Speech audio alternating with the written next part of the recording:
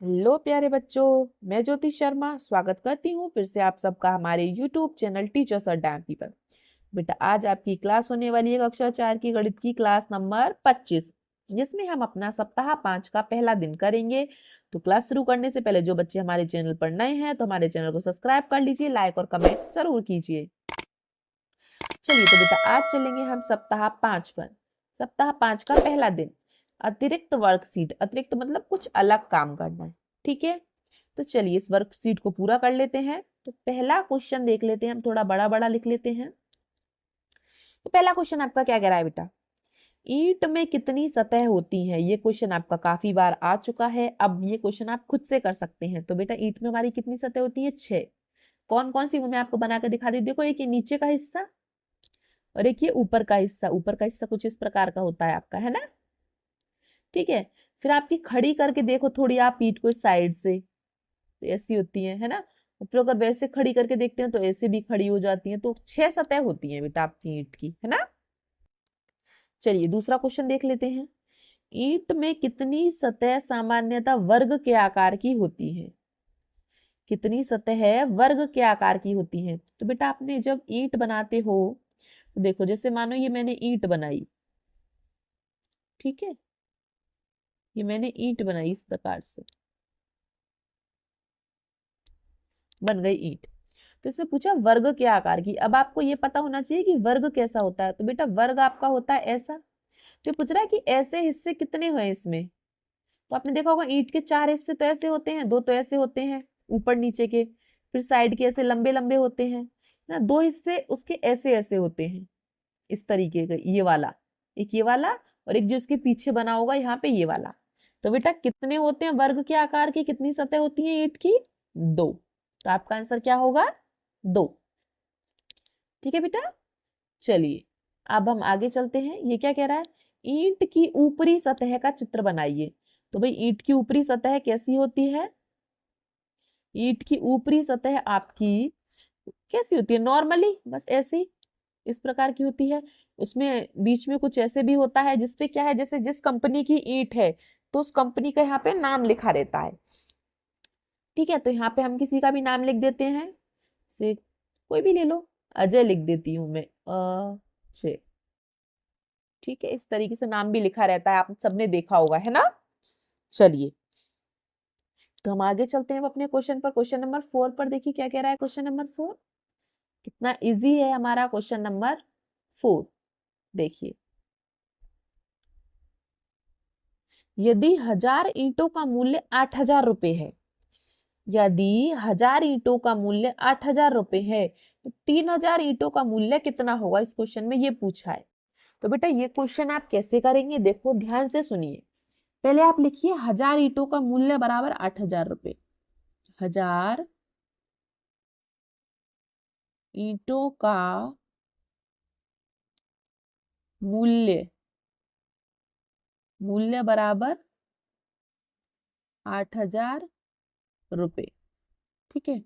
जब भी आपको किसी चीज का मूल्य दिया हो तो पहले आप उस चीज का 1 रुपए का मूल्य निकालेंगे।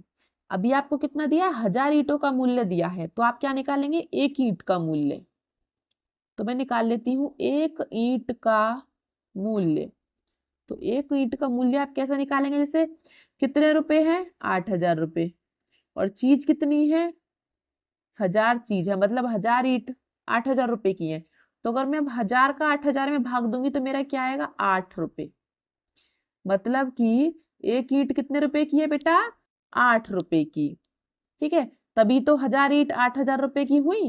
लेकिन इसने क्या पूछा, 3000 ईंटों का मूल्य पूछा है। तो अब हम क्या लिखेंगे, 3000 ईंटों का मूल्य,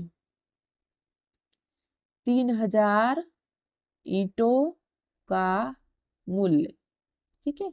अब क्यों क्यों क्योंकि अब हमें 1 ईंट का मूल्य पता चल गया। अब एक बात बताओ मुझे, जैसे कि आपको 1 रुपए की कोई 5 टॉफी दे, अगर आपको 1 रुपए की 5 टॉफी मिली, ठीक है, तो आपको 2 रुपए की कितनी टॉफी मिलेंगी, आप 2 की गुणा 5 में कर देंगे। ऐसे ही हमको इसमें क्या करना है कि 1 ईंट का मूल्य बेटा इसने कितना दे दिया है, 8 रुपए।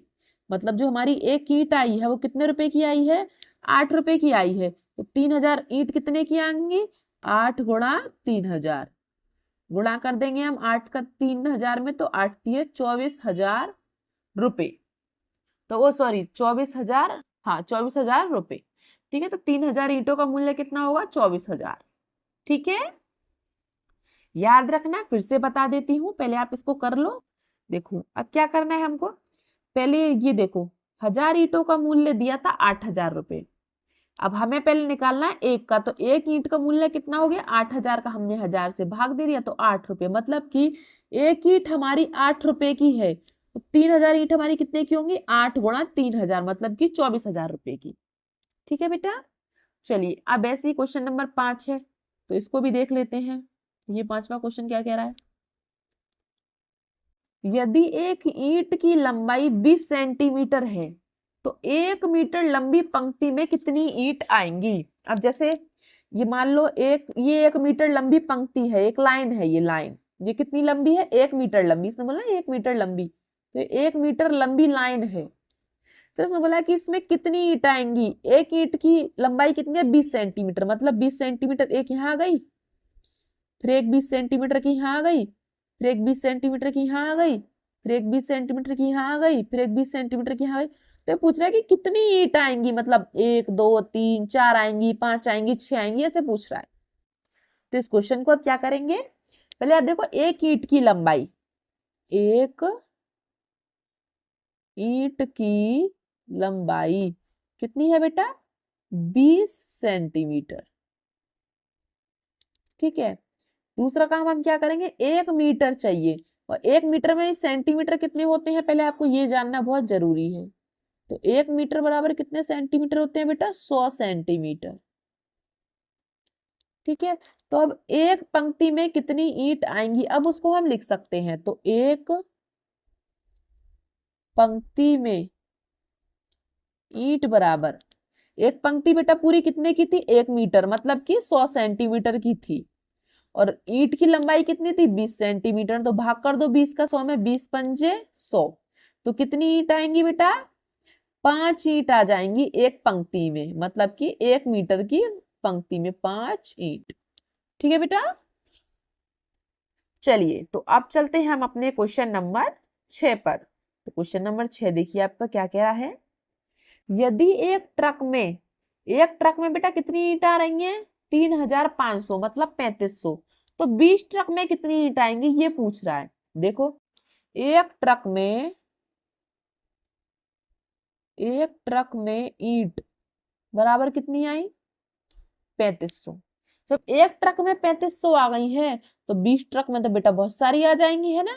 तो 20 ट्रक में ईंट बराबर कितनी आ जाएंगी बेटा? 3500 गुणा 20। तो 3500 और 20 की हम गुणा कर देंगे तो आ जाएगा 70,000 ईंटें।